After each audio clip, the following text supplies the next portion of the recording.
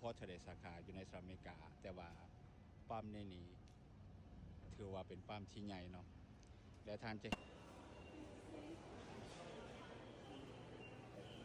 ตอนนี้เราก็เข้ามาทางด้านในของมอของบักกี้เนาะ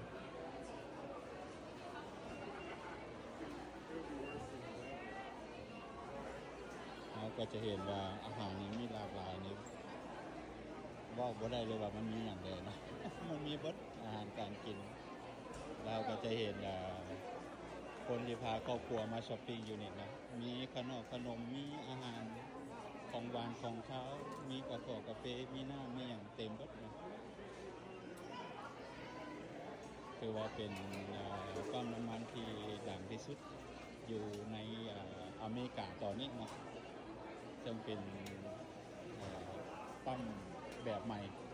โบคือไปในโลกคือว่า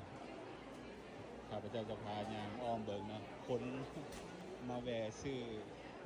อาหารการกินแล้วก็ของไส้เนาะต่างๆนี่อาหาร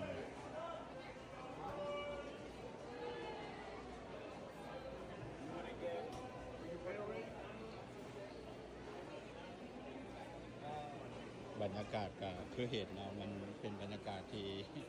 คือหม้อแหละคือเขาอยู่บ้านเขาก็จะห้องบะห่างเนาะแต่ว่าอยู่ในก็ห้องหม้อ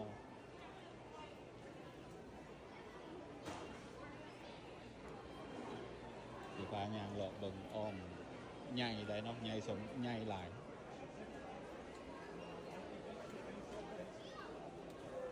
บรรยากาศผู้คนเรียนแถว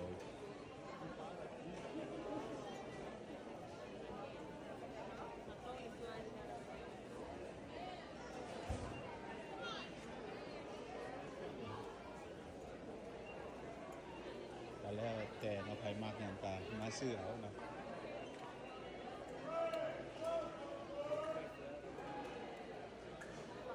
บรรยากาศการซื้อขายอยู่นี่ถือว่าสุดยอด